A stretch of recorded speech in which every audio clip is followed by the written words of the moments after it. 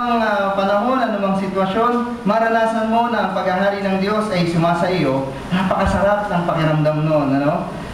Magkakaroon ka pa rin ng dahilan upang magpuri, magalak, magdiwang sa araw-araw ng buhay.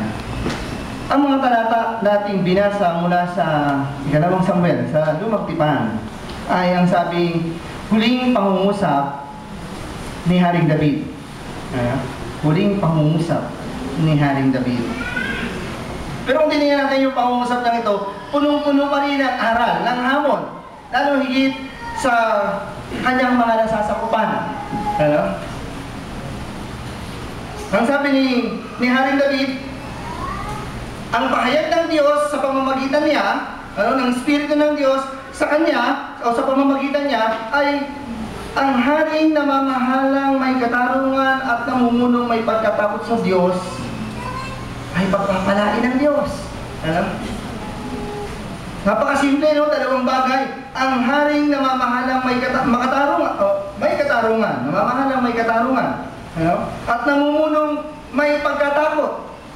Sabi ko nga, ang mensahe sa kanya at para sa kanyang mga nasasakupan ay pagpapalain ng kataas-taasang Diyos.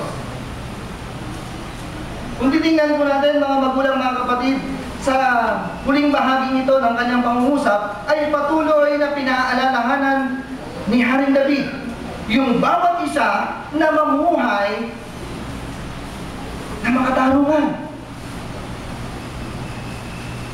at mamuhay ng may pagkatakot sa Diyos. Ang sabi, yung pagkatakot sa Diyos, mga magulang, mga kapatid, ay simula ng karunungan. Ano? Yan sila mo eh.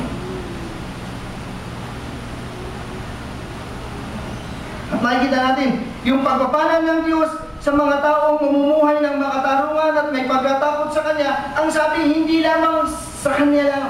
Hindi lamang sa Kanyang sarili, yung pagpapala ng Diyos.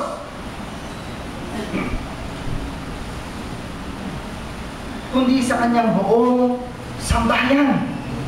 At ang sabi, yung tipang iyon ng Diyos, yung pangakong iyon ng Diyos, mga magulang, mga kapatid, ay magpa sa walang hanggan.